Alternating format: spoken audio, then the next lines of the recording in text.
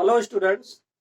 तो आज की इस वीडियो में आपका स्वागत है और आज हम चर्चा करेंगे जो नेक्स्ट मॉडल है जिसमें आपका शुड आता है और मस्ट है तथा आर्ट टू के बारे में।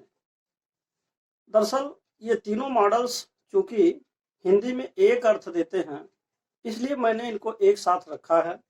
तो आइए देखते हैं इनके प्रयोगों के बारे में और इन तीनों में क्या अंतराल हैं उनके बारे में। तो let us see about these models. तो देखिए जहां तक सवाल है use of should must and ought to, तो सबसे पहले हमको ये जानना जरूरी है कि हिंदी में अगर हम इनका अर्थ निकालें तो हिंदी में इनका अर्थ चाहिए होगा। ये चीज आपको समझना है, यानी कि शुड माने भी चाहिए, मस्ट माने भी चाहिए, आर्ट टू मीन्स भी चाहिए होगा। बस केवल अंतर इस बात का है कि यहाँ शुड और आर्ट टू दोनों का अर्थ चाहिए होगा और अगर मस्ट की बात की जाए तो मस्ट का अर्थ हो जाएगा अवश्य चाहिए या जरूर चाहिए। बस केवल इतना अंतर है। मस्ट आने का मतलब है अवश्य चाहिए या जरूर चाहिए और शुड माने केवल चाहिए होगा, आर्ट टू माने चाहिए होगा। अब आइए हम इसके बारे में एक एक करके प्रयोग देखते हैं। तो सबसे पहले हम शुड की चर्चा करेंगे। तो देखिए जो शुड है यहाँ पर एक महत्वपूर्ण बात ये देखना है कि जो शुड का प्रयोग है ये तीनों टेंसेज में हो सकता है। तो सबसे पहले आपको ये भी देखना है कि शुड का जो प्रयोग है वो किसके लिए होता है। तो पहला पॉइंट आपका है एडवाइस। अगर मान लीजिए आप किसी को सलाह दे रहे हैं तो ऐसे स्थिति में आप शुड का प्रयोग कर सकते हैं। तो अब देखिए जैसे एग्जाम्पल्स में पहला उदाहरण है कि अगर ये कहा जाए कि तुम्हें सुबह सुबह तुम्हें सुबह सुबह उठ जाना चाहिए, सुबह सुबह उठ जाना चाहिए। तो यहाँ पर आप देख रहे हैं कि चाहिए आ गया है। तो चाहिए के लिए अब यहाँ सब्जेक्ट आप यू लिखेंगे और इसके बाद शुड हो जाएगा, यू के साथ शुड लगा देंगे। और उठ जाना चाहिए तो उसके लिए आप लिख सकते हैं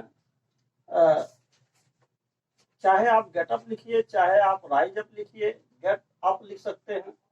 और सुबह सुबह का हो जाएगा in the morning, in the morning. इस तरीके से आपने देखा कि शुड का प्रयोग यहाँ पर जो है किसके लिए आ रहा है, एडवाइस के लिए। मान लीजिए आपको सलाह दिया जा रहा है कि आपको सुबह सुबह उठना चाहिए, तो ये सलाह है तो you should get up in the morning, ऐसे लिख सकते हैं। दूसरी बात यह है कि अगर हम पॉसिबिलिटी की बात करें, किसी संभावना की बात करें, तो अगर संभावनाओं को व्यक्त करना हो तब भी हम शुड लगा सकते हैं। तो उदाहरण नंबर 2 देख लीजिए कैसे शुड होगा। जैसे भारत भारत को मैच मैच जीतना चाहिए, जीतना चाहिए। तो यहाँ आप देख रहे हैं कि इसमें जो है एक पॉसिबिलिटी है कि भारत को मैच जीतना चाहिए, यानी कि संभव है कि भारत मैच जीत जाए। तो ऐसी स्थिति में आप लिख सकते हैं इंडिया और इसके बाद लिख सकते हैं शुड और फिर लिखेंगे विन, इसके बाद लिखेंगे द मैच।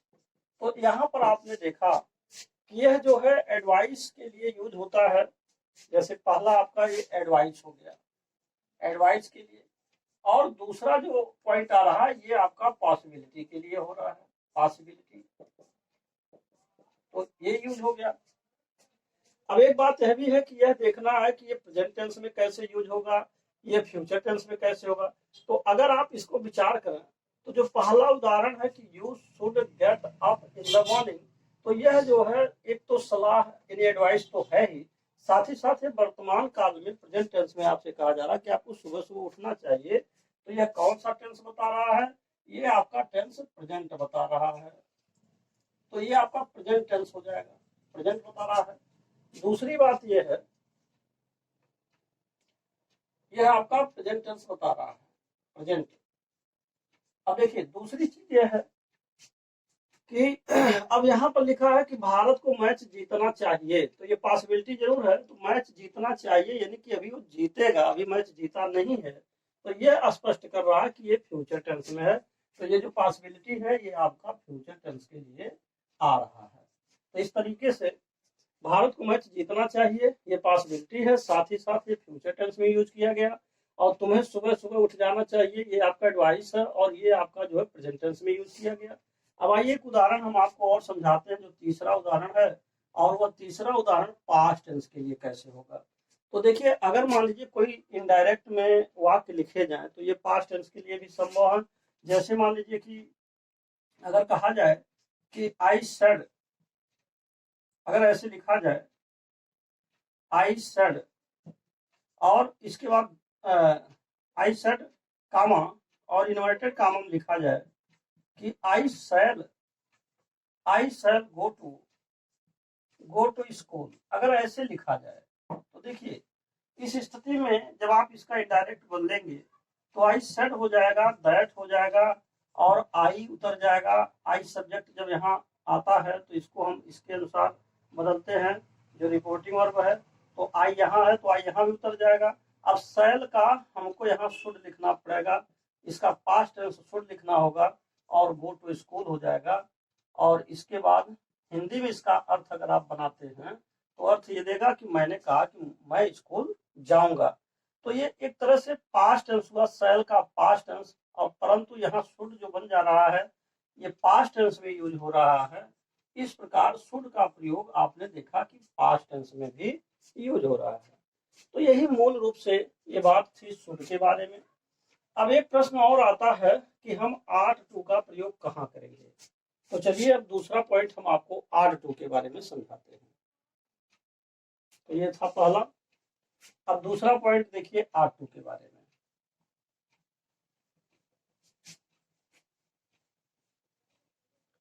देखिए आर्ट टू माने भी होता है चाहिए, जो आर्ट टू है शुड का मतलब तो चाहिए होगा ही होगा, परंतु आर्ट टू माने भी चाहिए होता है। लेकिन यहाँ पर एक चीज यह समझना है कि आर्ट टू का प्रयोग हम करते कहाँ हैं, जहां पर कोई ड्यूटी अथवा मोरल ऑब्लिगेशन हो, यानी जिसको आप कह सकते हैं हिंदी में नैतिक कर्तव्य है। अब एक चीज यह समझना है कि नैतिक कर्तव्य क्या है। तो देखिए जो मोरल ड्यूटीज होते हैं, मोरल ड्यूटीज क्या है, नैतिक कर्तव्य जो हिंदी में कहा जाएगा कि नैतिक कर्तव्य। तो नैतिक कर्तव्य क्या है, देखिए नैतिक कर्तव्य जो होते हैं वह एक ऐसे कर्तव्य हैं जिनका पालन करना अनिवार्य होता है, जिसको आप टाल नहीं सकते हैं, तो वे नैतिक कर्तव्य हैं।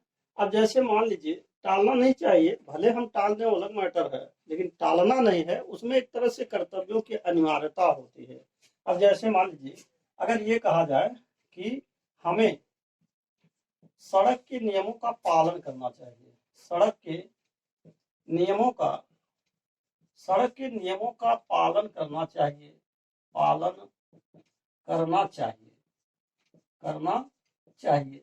तो यहाँ आप देख रहे हैं कि सड़क के नियम का पालन करना चाहिए, तो सड़क के नियम का पालन करना अनिवार्य है। अर्थात हमें अगर मान लीजिए सड़क के बाएं चलना चाहिए, तो अगर बाएं नहीं चलेंगे तो एक्सीडेंट में कभी न कभी दुर्घटनाएं हो सकती है, तो इसलिए अनिवार्य नियम हुआ। इसी प्रकार मान लीजिए हमें अपने अपने गुरुजनों का गुरुजनों का गुरुजनों का आदर करना चाहिए, आदर करना चाहिए।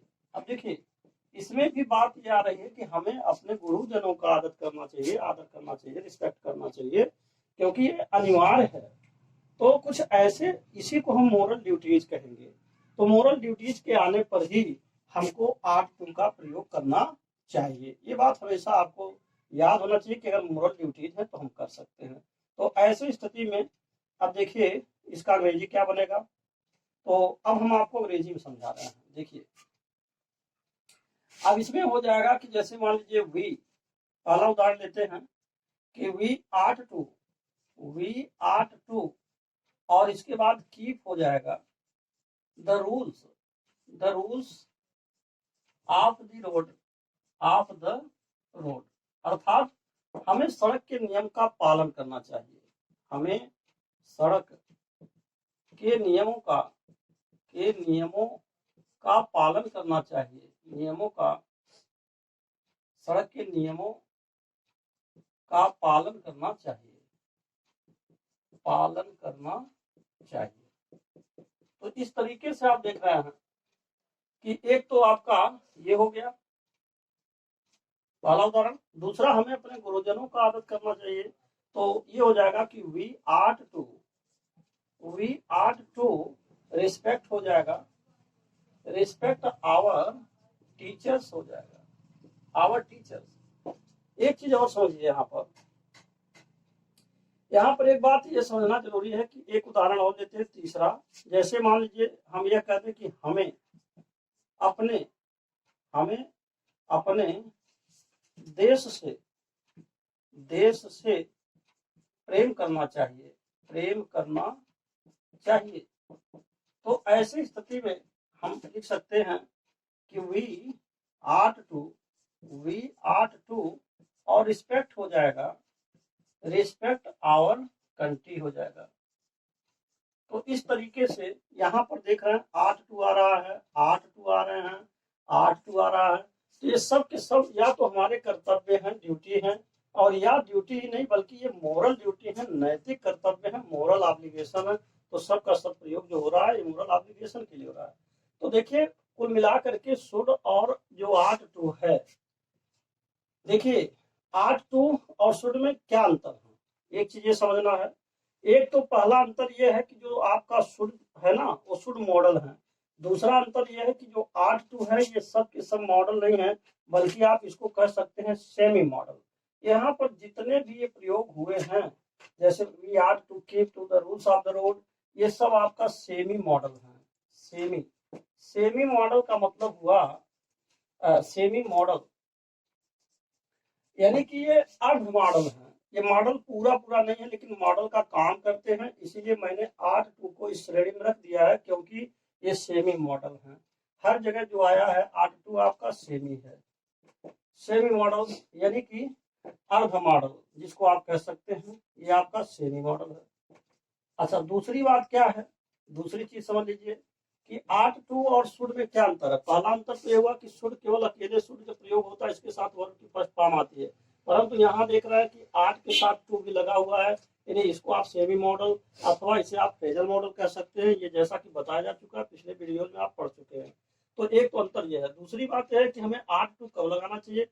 देखिए शुड और आर्ट टू में कोई खास अंतर नहीं है। शुड माने भी चाहिए होता है, यानी कि एडवाइस के लिए यूज होता है, पॉसिबिलिटी के लिए यूज होते हैं, और इसमें भी एडवाइस के लिए ही यूज हो रहा है कि जैसे हमें सड़क के नियम का पालन करना चाहिए, एक तरह से एडवाइस ही है, लेकिन इसमें बात है कि जो अनिवार्यता है वो कुछ ज्यादा है शुड में, और जो आपका आर्ट टू है इसमें अनिवार्यता जब ज्यादा हो जाती है, जैसे हमें सड़क के नियम का पालन करना ही चाहिए, हमें अपने से बड़े लोगों का या अपने अध्यापकों का सम्मान करना ही चाहिए, अगर हमें ये करना हो कि अपने देश से प्रेम करना ही चाहिए, तो इसमें आपका कंपल्सन है। बस केवल यह समझ लीजिए इसमें कंपल्सन है, कंपल्सन। और जबकि उसमें जो आपका शुड है, तो जो शुड होता है शुड में कंपल्सन नहीं है, इसमें केवल एडवाइस है। अर्थात इसमें जो आपका एडवाइस है वो केवल ये कह रहा है कि करना चाहिए, यानी कि आप करें या ना करें, परंतु इसमें ये जो आर्ट टू जब लग जाता है तो इसमें अनिवार्यता हो जाती है कि करना ही चाहिए। दूसरी बात यह है कि एक शब्द मैं शुड को लेकर के और बताना चाहता हूँ कि जैसे मान लीजिए अगर किसी भी वाक्य में लेस्ट आ जाए, देखिए एक शब्द है लेस्ट के बारे में, तो यहाँ आप समझ सकते हैं नोट। एक चीज समझ लीजिए, यहाँ पर हम आपको नोट समझाना चाहते हैं शुड को लेकर के। तो आइए देखते हैं शुड के बारे में। अब जैसे मान लीजिए एक जो है नोट है, नोट में यह है कि लेस्ट अगर कहीं पर आ जाए, लेस्ट LEST, लेस्ट माने होता है कहीं ऐसा ना हो कि, ऐसा ना हो कि, ऐसे हिंदी में इसका अर्थ होता है कहीं ऐसा ना हो कि। तो अगर लेस्ट आता है तो लेस्ट के बाद वाले क्लाज में जो क्लाज होगा, उपवाक्य होगा, जिसको हिंदी में उपवाक्य कहेंगे, उसमें आपको शुड का प्रयोग हर हाल में करना है। शुड का प्रयोग अनिवार्य रूप से करना है, अनिवार्य रूप से करना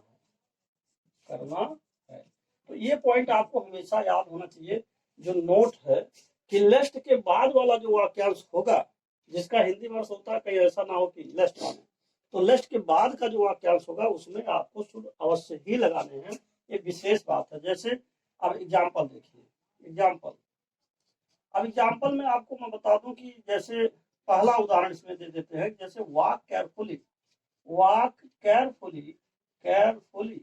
और अब इसका अर्थ हो रहा है जैसे मान लीजिए धीरे धीरे चलिए, धीरे धीरे चलो, कहीं ऐसा ना हो कि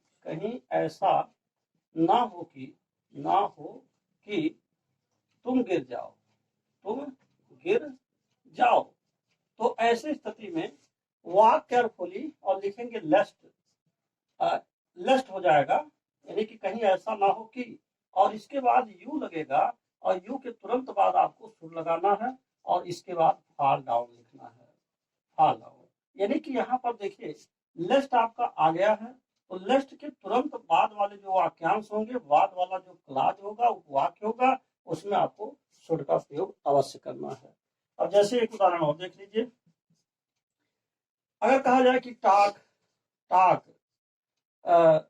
टॉक ए लिटिल, यानी कि कम बात करो, कहीं ऐसा ना हो, लेस्ट कहीं ऐसा ना हो कि एनी वन, और इसके बाद शुड लिखना है, एनी वन शुड, और इसके बाद लिखा जाए कहीं, यानी कि कम बातें करो, कहीं ऐसा ना हो कि किसी को बुरा लग जाए। तो talk a little lest anyone should feel bad, किसी को बुरा लग जाए, इसलिए आप जो है लेस्ट यहाँ जो आया है, लेस्ट के बाद वाले जो आपके वाक्यांश हैं, यहाँ पर आपको शुड का प्रयोग करना है।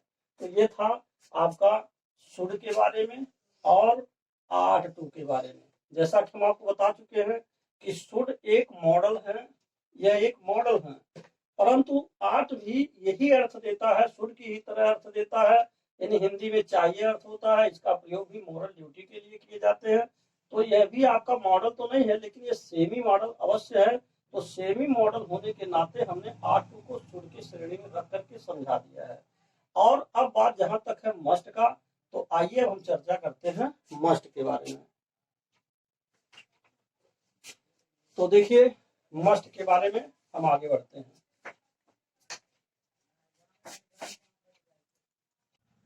तो देखिए अब आपका जो है बच गया आपका मस्ट। तो आइए मस्ट के बारे में देखते हैं।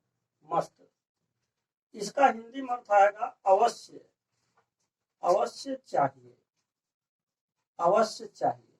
देखिए शुड और 8(2) माने चाहिए, और मस्ट केवल इस बात को अंतर रखता है कि जब चाहिए के साथ अवश्य या जरूर आ जाए, अवश्य चाहिए या जरूर चाहिए, यही इतनी इसकी बात है कि अनिवार्यता हो जाती है। दूसरी बात यह है कि मस्ट का प्रयोग हम जो है प्रेजेंट टेंस अथवा फ्यूचर में ही करते हैं। और एक चीज यहाँ ये समझना है, पहला पॉइंट मैं आपको बता दूं यहाँ पर कि इसका प्रयोग केवल 2 टेंस में होगा, प्रेजेंट में होगा अथवा फ्यूचर में होगा, ये बात ये समझना है। और दूसरी बात ये समझना है, दूसरा पॉइंट है कि आप कह सकते हैं कि मस्ट का प्रयोग पास्ट टेंस में नहीं होगा, पास्ट टेंस में नहीं होता। ये 2 बात आपको समझना है। पहला तो प्रेजेंट और फ्यूचर में मस्ट का प्रयोग होगा, इसमें होगा, और पास्ट टेंस में नहीं होगा। तो हम यहाँ पर क्रॉस का चिन्ह लगा दे रहे हैं, शॉर्ट में समझना जाएगा। ये चीज आपको पहले याद रखना है। अब आइए हम आगे बढ़ते हैं इसके जो कंडीशंस हैं उसके बारे में। तो पहला कंडीशन की ड्यूटी या ऑब्लिगेशन। तो बात वही फिर आ गई जहां पर आपने इसको छोड़ा था, यानी कि शुड और 8(2) का भी प्रयोग जो है ऑब्लिगेशन के लिए होता है, ड्यूटी या ऑब्लिगेशन के लिए करते हैं। तो ड्यूटी या ऑब्लिगेशन के लिए इसके लिए भी करेंगे, लेकिन अंतर इस बात का है कि इसमें जोर दिया जाएगा उस बात पर कि करना ही है। तो आइए देखते हैं कैसे। जैसे मान लीजिए पहला एग्जाम्पल है,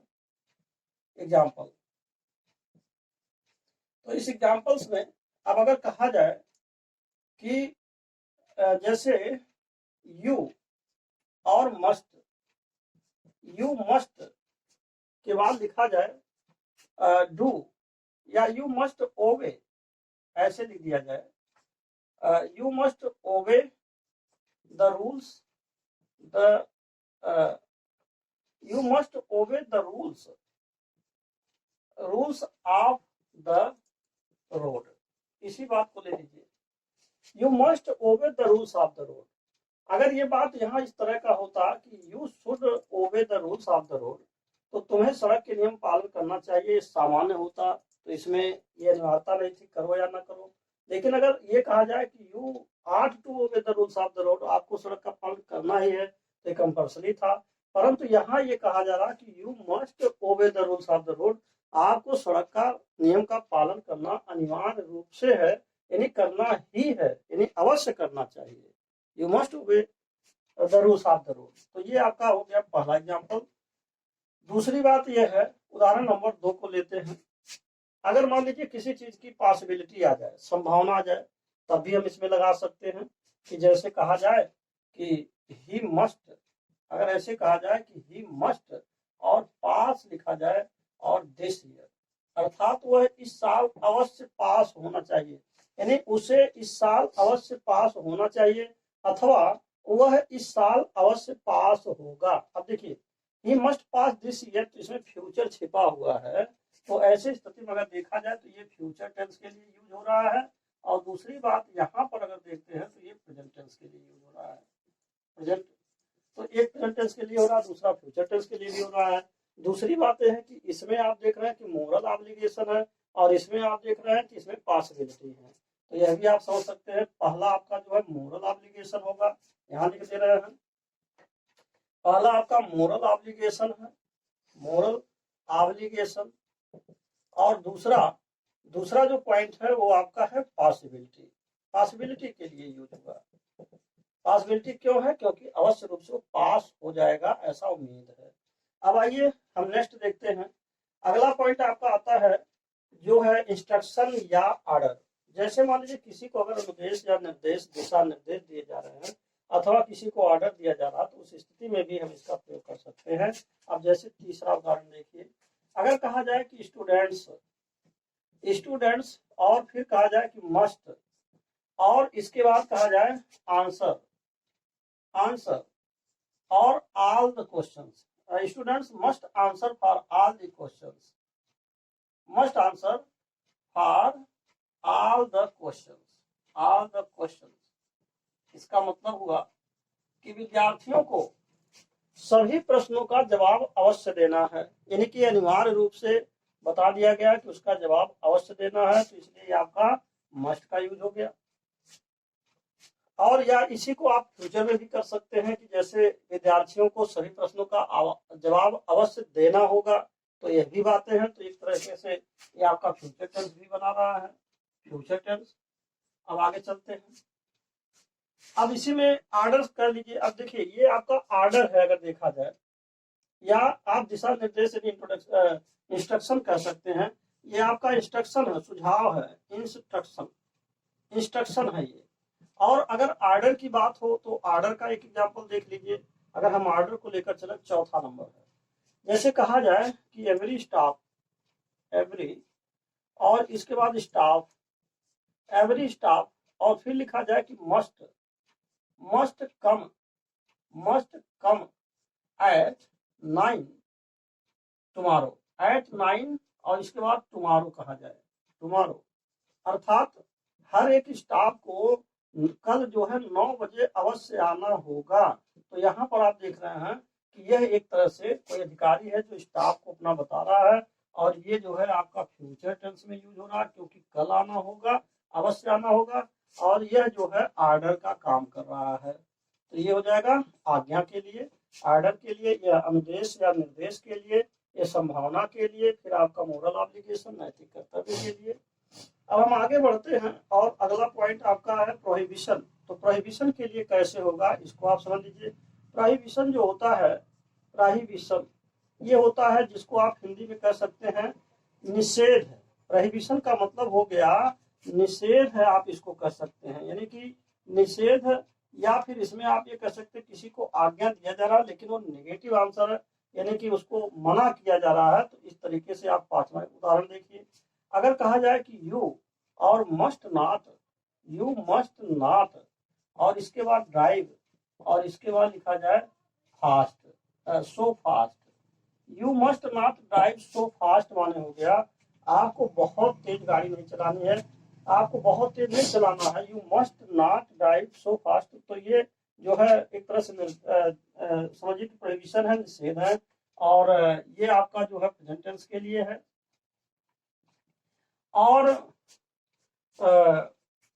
दूसरी बात यह भी है कि अगर आप चाहें तो एक एग्जाम्पल इससे संबंधित और समझेंगे तो आसान हो जाएगा।